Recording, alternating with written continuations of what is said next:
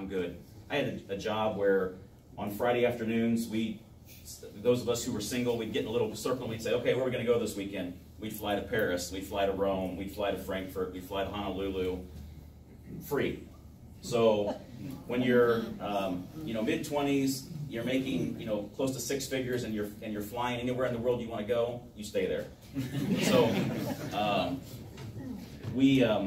so after about 6 months, I finally gave my resume to him. I'm like, what is this job? He's like, well, I can't tell you. And I was like, well, that's not really helpful. So not long after I'd given him my resume, I received a stack of paperwork about like that, and began to, and of course submitted it to the Pentagon. And then I began to get calls from my mother, and she would say, they were here. I'd be like, who was here? They were here. I don't know if any of you have mothers like that. They talk in code. And so they go visit your 3rd grade teacher and your pastor and your principal. And so before you go to work for the Department of Defense or any of those other 3-letter agencies, they've already checked you out. You don't just walk in and they not know who you are. So I was contacted by the Department of Defense, an Undersecretary of Defense, and I was told to be there at a certain day at a certain time. I still didn't know what the job was. I mean, you can go online and you can read the job description, and it's government language, and of course when you come from the corporate world, you have no idea what the military language is, and so I really didn't know. I knew that it was a specialist of some sort. So I show up at the Pentagon. I'm met by Victoria Clark, Tori Clark, who some of you may have seen on television. She's a CNN analyst. She was the Assistant Secretary for Public Affairs, Public Relations for the Department of Defense. She was Secretary Rumsfeld's spokesman, spokeswoman, spokesperson. By the way, a little caveat, also being raised in Southern Indiana, I grew up in a household with 6 women. So I talk really fast, because if I didn't get a word in edgewise. So stick with me. So walked into the Pentagon, met Tori Clark. She said, come with me. So I went with her. Walked up into what looked to me like an executive wing of the Pentagon. She knocked on the door, opened the door. I see this older gentleman standing over a desk with a barbell in his hand, lifting weights. She was like, Mr. Secretary, I have Matthew Conkler here. And I was like, all right. Well, he never looked up. So Secretary Rumsfeld had I don't know how many of you know much about the Office of the Secretary of Defense, but his office is literally the size of this room, maybe even slightly larger. In the center, there is a desk that is probably, I'm going to guess, 10 feet by 8 feet. It was Ulysses S. Grant's desk. It probably has been there since Ulysses S. Grant, but it's kind of interesting. Most of the secretaries don't use that desk. It's massive. It's beautiful. So Secretary Rumsfeld always stood. Some of you probably have seen that. He never sat down, even during board meetings or during meetings in his office. He would stand. So he's over, leaning on his desk. I walk in. He doesn't look at me, and that barbell is just going. So I'm a little nervous. So he begins just asking questions, just almost like he'd had my resume or my application memorized. So I'm in there about 10 minutes, and I'm starting to really sweat. I'm getting nervous. He switches arms, barbell, still hasn't looked at me. 10 minutes. So barbell goes down. Then you guys know what those hand grippers are? He starts in on those. I'm like, I don't know what's going on here, but this guy is nuts.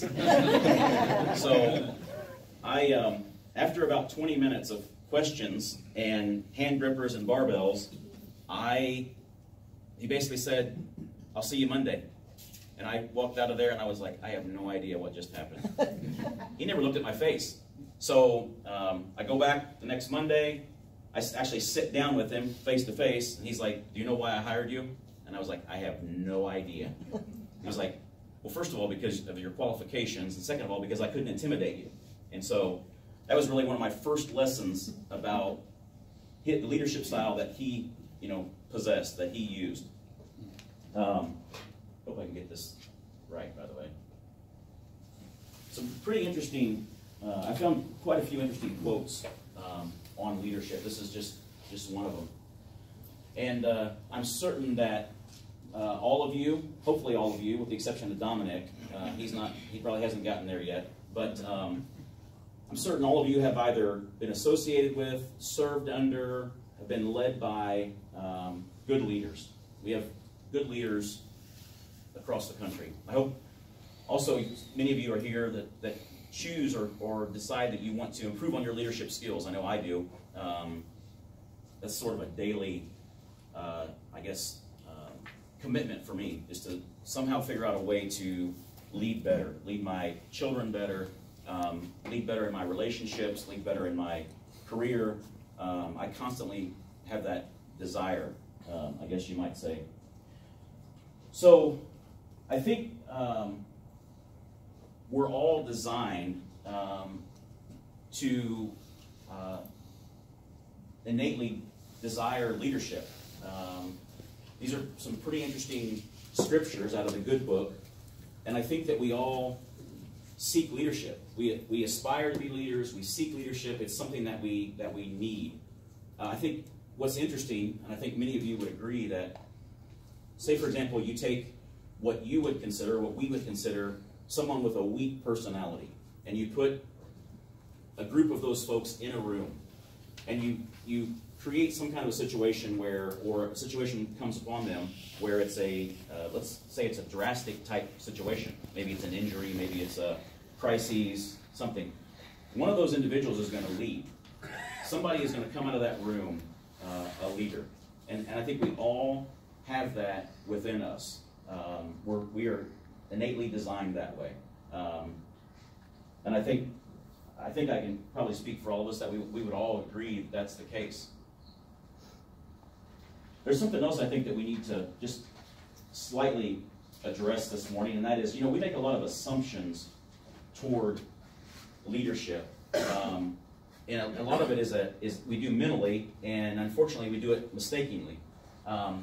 We make a lot of assumptions toward people who are in these following categories. People who have a position. They've gained a position. We automatically think, oh, they're a great leader.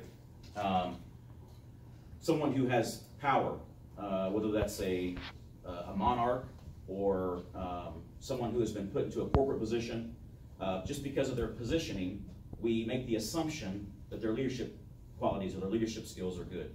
Someone who's wealth, someone who's reached a certain level of success or accomplished something, maybe a star, maybe someone who has a certain amount of notoriety, again, could be a leader.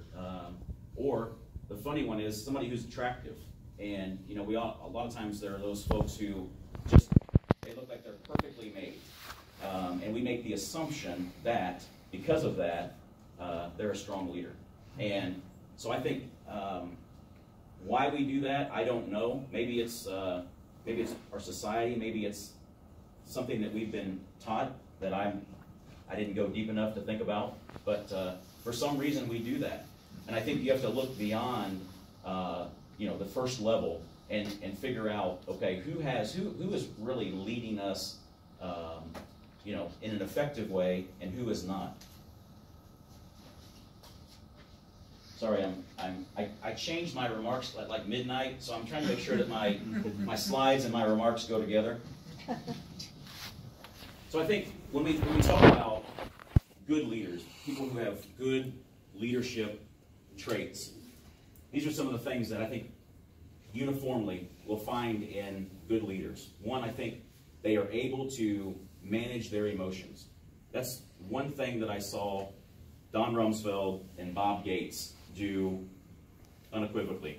They rarely, if ever, got rattled. And although I sit on a little bit of a different side of the aisle than President Obama, I watched President Bush, President Obama, and now President Trump. All essentially, they've mastered the skill of handling their emotions. Now, I'm not saying they're perfect. There are no perfect leaders. There are no perfect presidents. But to get to that point, to get to the point of leader of the free world or a minister who sits on his cabinet, most of those folks have somehow mastered the art of managing their emotions and controlling their emotions. Of course, integrity comes in. And integrity, I think, has a lot with emotional control. If you're secure in who you are and in your beliefs, and you know that you're being honest, I think it's much easier to be able to stabilize your emotions. Selflessness. This is something that, again, Don Rumsfeld. I don't know if any of you have read the book Rumsfeld's Rules. Has anybody read that book? It's a phenomenal book. Matter of fact, I have it with me. I'm going to read a quote out of it later. But that's one of the things that he mentions is in leadership is being able to put yourself in someone else's shoes.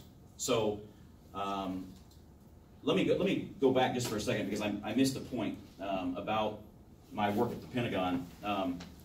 So I went to work at the Pentagon in 2001, and I immediately began serving the secretary. As most of you know, we went into Afghanistan in 2002, and then we went into Iraq in 2003.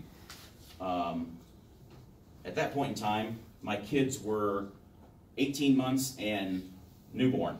So I'm trying to manage a 14, 15, 16-hour day.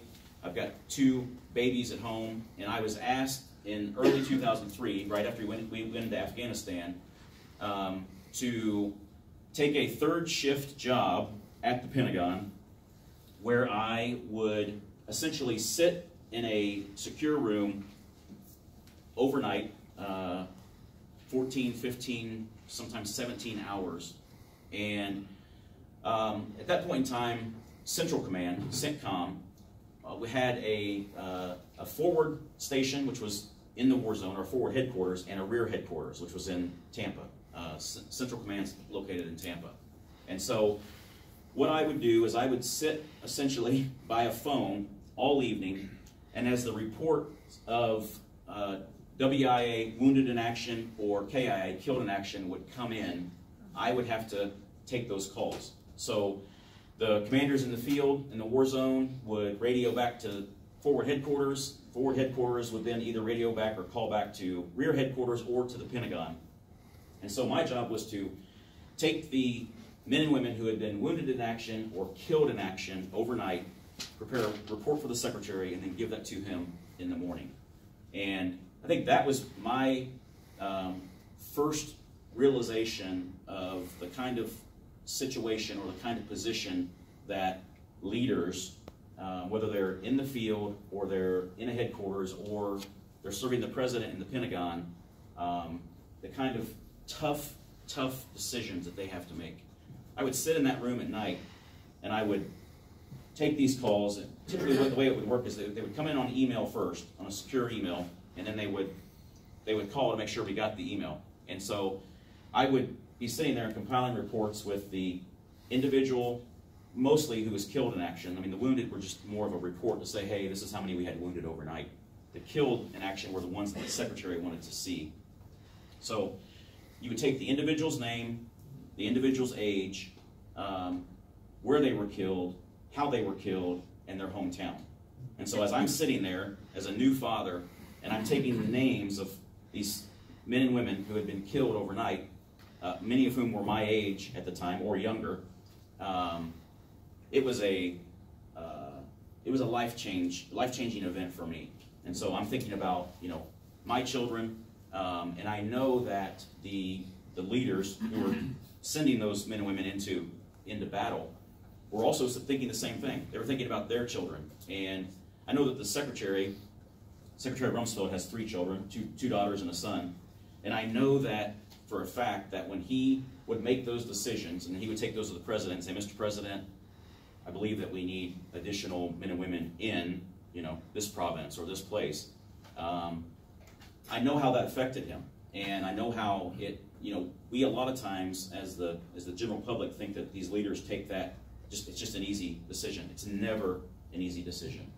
And I think I guess one of the things that really I realize is that high leadership positions always have a cost. There's always a cost, to being a leader in that position.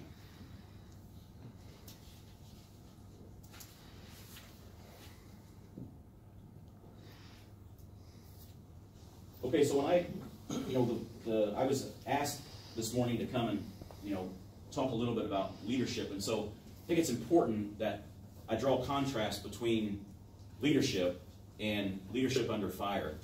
And so I just spoke to it for the most part, but I think the key for me is, throughout the history of our world, there have been leaders who have had to make tough decisions in a short amount of time,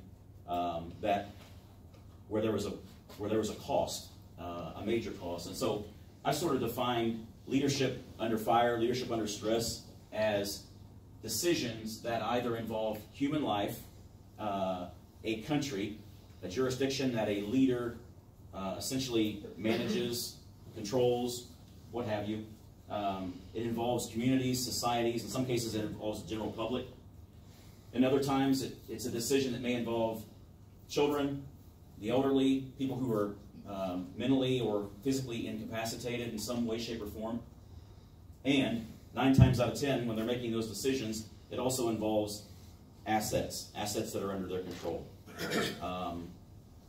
And I've listed millions, billions, trillions. I think sometimes it's even, you look at some of the major conflicts that we've been in, major wars that have occurred, both in this century and in last. And I mean, you're talking about astronomical amounts of assets, human life,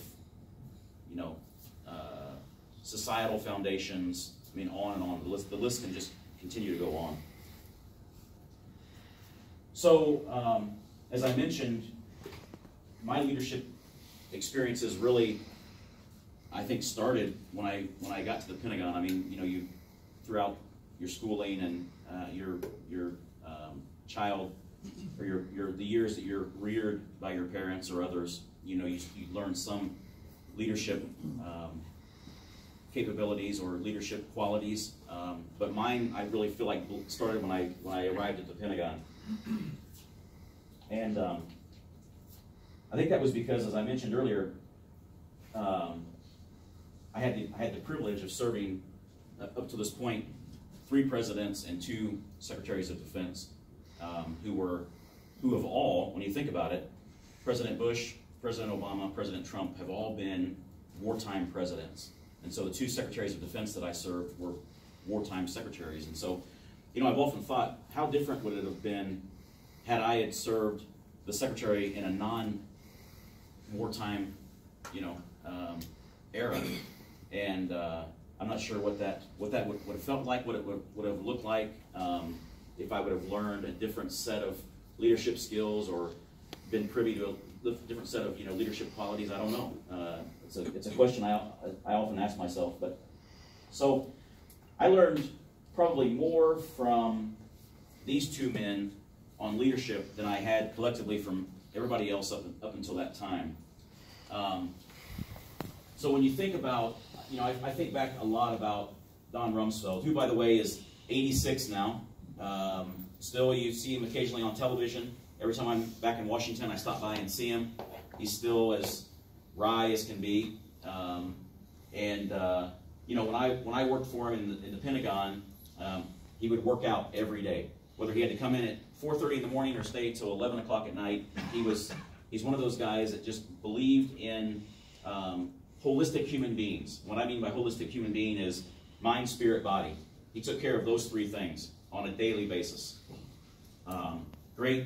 It's a great way to live. When you're taking care, you're keeping your mind, your spirit, and your body healthy.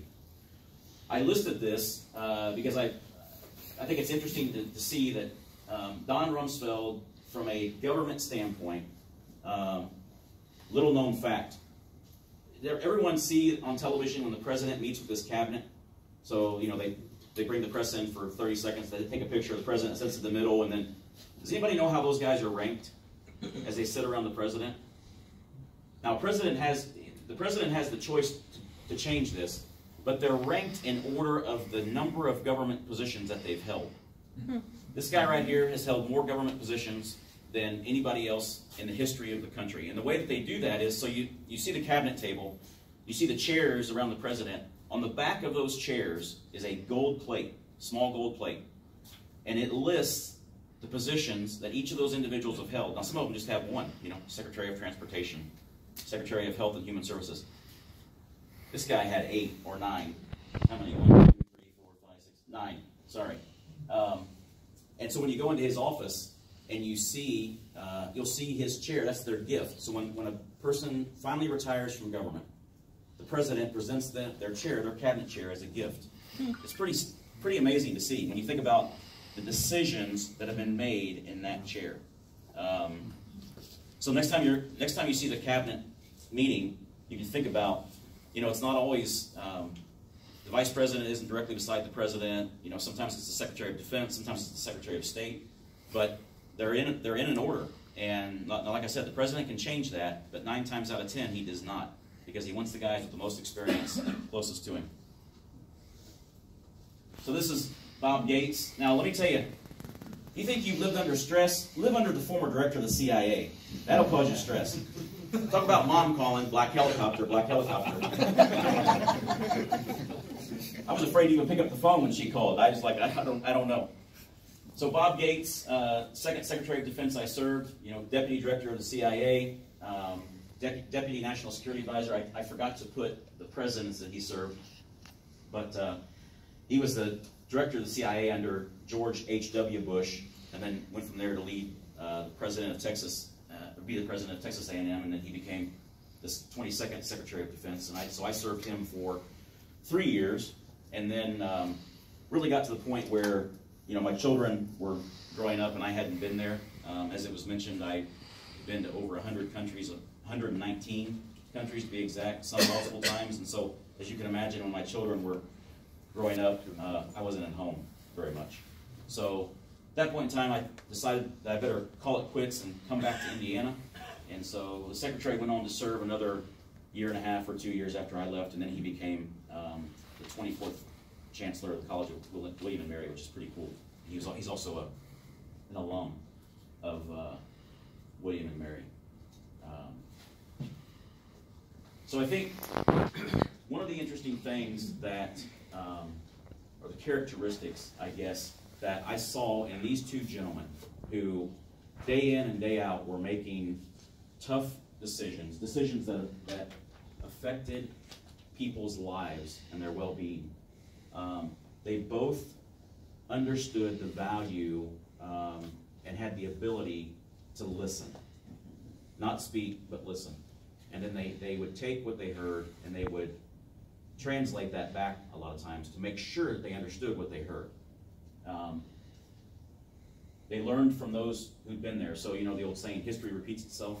Well, history does repeat itself. So if you can understand the history of something, it may help you to make a more positive decision or more effective decision rather than going backward and repeating what's been done in the past. I love this. Don Rumsfeld was never shy of asking the question, why? Now, he wasn't necessarily countering, he was just saying, why? Tell me why. Why would we do this? And if you read Rumsfeld Rules, there's an entire chapter on that, about why it's important to ask why. They both were precise. They made precise decisions. They had to. There's a saying, I'm drawing a blank on it right now, but it's basically the impossible job of being Secretary of Defense. So that's the one position within cabinet where it's from the outside and from those who have been either on the cabinet before or have experience working with the Secretary of Defense, they call it the impossible job. It's the one job inside government that is nearly impossible to succeed at. This is pretty interesting. Deal with surprises as they come. I mean, can you imagine if you're a wartime president or if you're a wartime secretary, how many surprises that you have to deal with, in some cases on a daily basis? In October 25th of 2003, I was in Baghdad with the Deputy Secretary of Defense at the time, Paul Wolfowitz, and 5:30 in the morning. I was always up early. So one of my jobs, the secretary, after the third shift position that I mentioned to you, is I was essentially the secretary's body man. So what that means is I was the aide that made the trains run on time. So now when the secretary's in Washington, it's a little bit different because you have all this staff in the Pentagon, and you've got different people doing different things. My position really came into play when he left the Pentagon. So whether he was going to a television interview in Washington, or we were going to meet Vladimir Putin in Moscow, that's where my skills, I guess, came into play. So I was the guy that was relaying information back to Washington. Once the secretary got on the airplane, I was the guy that relayed information back to the airplane. Hey, we've got a change in schedule. The secretary needs to know this. And then when he got on the ground, I was the guy that was essentially whispering in his ear.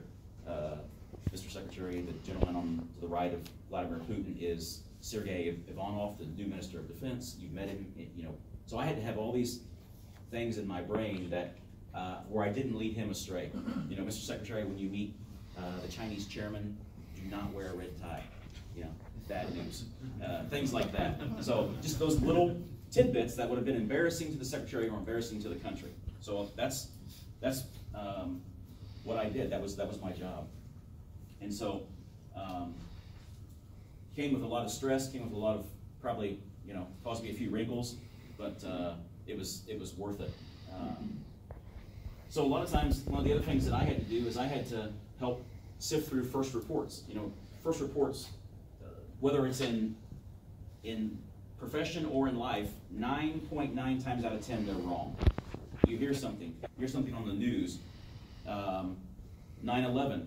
Let's go back to 9/11. The first thing we heard, I think, was that it was a small private plane that had crashed into one of the trade centers. Well, one look at what hit the first trade center, we could tell it wasn't a private plane. It was either a 757 or a 767. Anybody who knows anything about airplanes knows that's not a private plane. The other thing somebody knows is that if it's a plane that big and it's gotten that far off a course, something is wrong, because jets of that size, especially commercial airliners, there's too many plans and too many backup systems that go into place where that kind of stuff doesn't happen.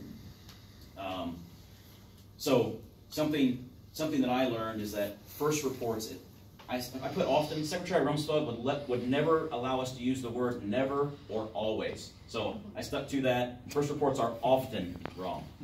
All right. Proper preparation prevents poor performance. Boy, isn't that the truth? And the last, which I think is very impactful, never panic. Things may be going better than they seem from the inside.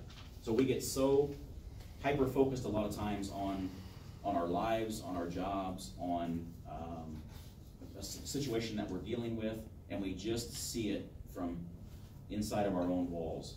And it may not necessarily be as bad as you think that it is.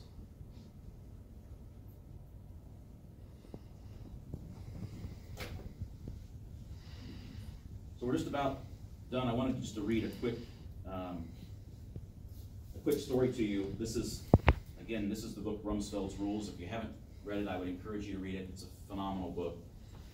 I guess maybe it's a little bit more personal for me because I lived this, but there's a lot to be learned in this book. June 1940 had been a trying month for Britain and the nation's new wartime prime minister. Many believe the United Kingdom was on the verge of surrender. The British Army had to evacuate from Dunkirk. America had little interest in being dragged into another European war. Nazi forces occupied France, and French leaders had signed an armistice with Hitler. At the forefront of Prime Minister Winston Churchill's worries was what would happen to the formidable French fleet, at the same time the fourth largest navy in the world.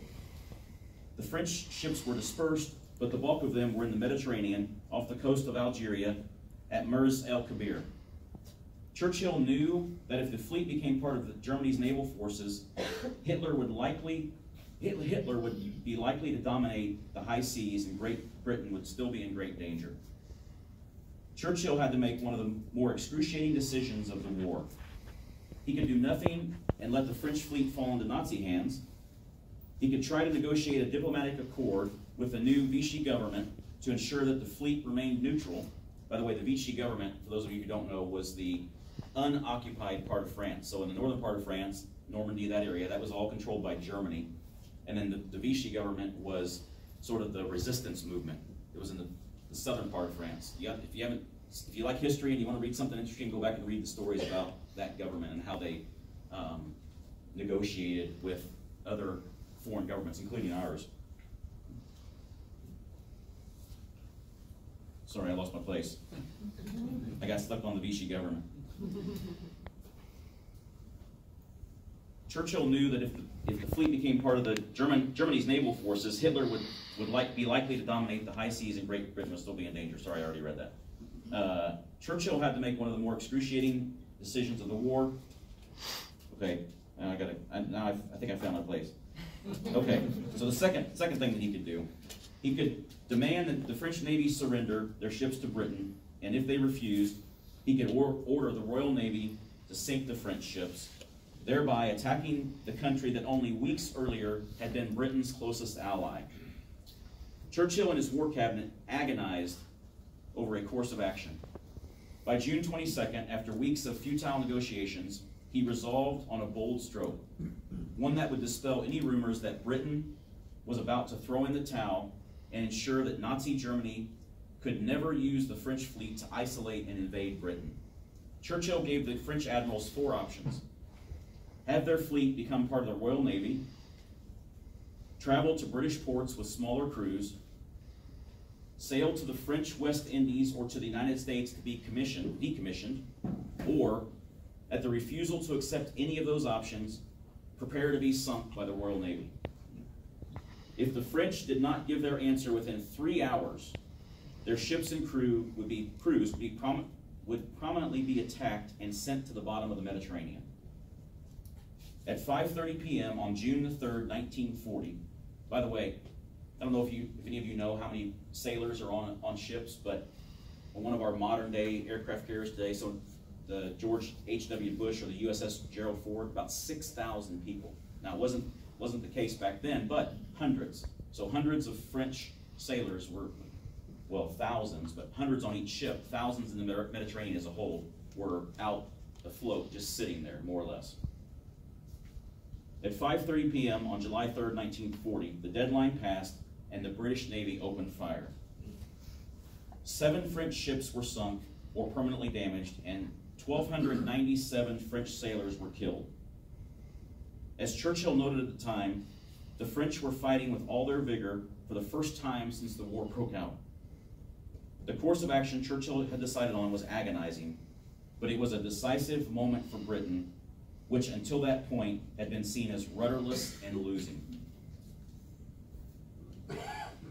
At the level of grand strategy, involving truly large-scale decisions, almost every possible course of action comes with negative consequences. Few issues that reach the president's desk are risk-free or without potentially unpleasant outcomes. The same goes for a business leader. If they were easy decisions, they would have been made at a lower level. It's always the toughest decisions that find their way to the top. Further, CEOs, presidents, and prime ministers often are asked to decide on matters on which their most senior advisors are not in agreement. Pretty interesting.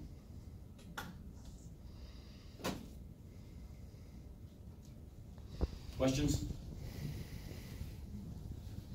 I finished on time. I finished 2 minutes before. Get better.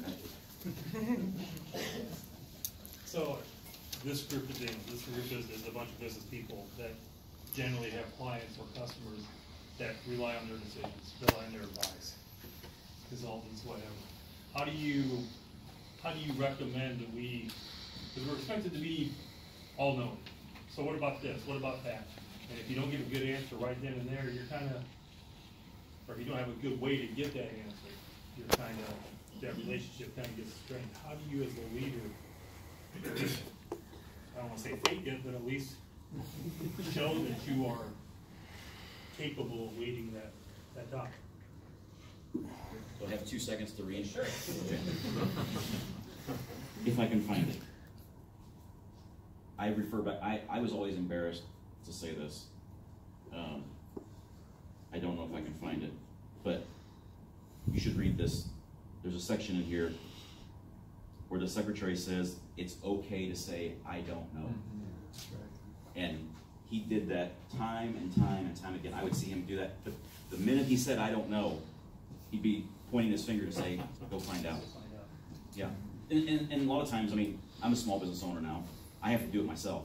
If I don't know, then I don't have 12 people I can, point to go do the research and come back. But I think it's okay to say, I don't know, but I'll get you an answer. I saw him do that with world leaders. He'd be across the table from, again, Vladimir Putin or Tony Blair or somebody, and a question would come across the table and he'd be like, I don't know, but I'll get you an answer and we'll get back to you. So if he's been successful at that, I think the rest of us can be successful at it too, because I think it shows a level of legitimacy and integrity when you can tell somebody you don't know.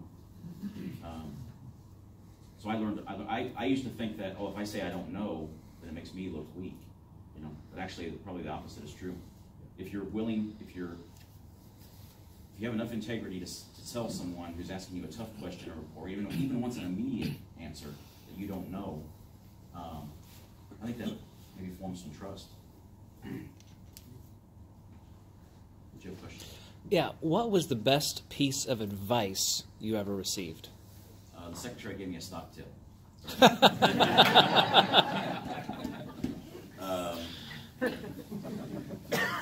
Boy. Actually, probably the best piece of advice that I ever got. So, the way that the secretary's office is set up, this didn't come, they were constantly giving me advice. I would just go home at night and be like, I've got to write all that stuff down, and I would fall asleep, because I'd be, there were times where I'd be in 10 countries in a week. So you're going from hotel to hotel to, and so it was, 10 years went by really fast. And, but probably one of the best pieces of advice I ever got, which I don't know, it's just one of those things that stuck with me. So the way the Secretary's office is set up, the Secretary of Defense, and then in his immediate office, you have a 3-star general who's the senior military assistant called the SMA. And that general is essentially his chief of staff on the military side. He also has a civilian chief of staff who's the guy that controls all the back and forth with the White House and the State Department. But the SMA is the guy that constantly travels with the Secretary, is the liaison between the uniformed services, and so I got really close to those guys, and they were all 3 stars. It was a given fact they were going to be promoted to a 4-star. So all the guys that came out of those positions ended up in a 4-star leadership position. It's like a grooming. But and I think I worked for 8 of those guys, 8 SMAs who were all top notch. But one of the guys that I had a lot of respect for was a 3-star general by the name of John Vance Craddock. John Craddock. And I love General Craddock. And he was small in stature, but a brilliant and a firm leader. And so I forget where we were. I think we were in Norway. And I was having a lot of problems with the Norwegian government and just trying to get stuff done and trying to get the Secretary's schedule solidified so that when he got there, everything would be firm. And General Craddock gets on the phone. He says,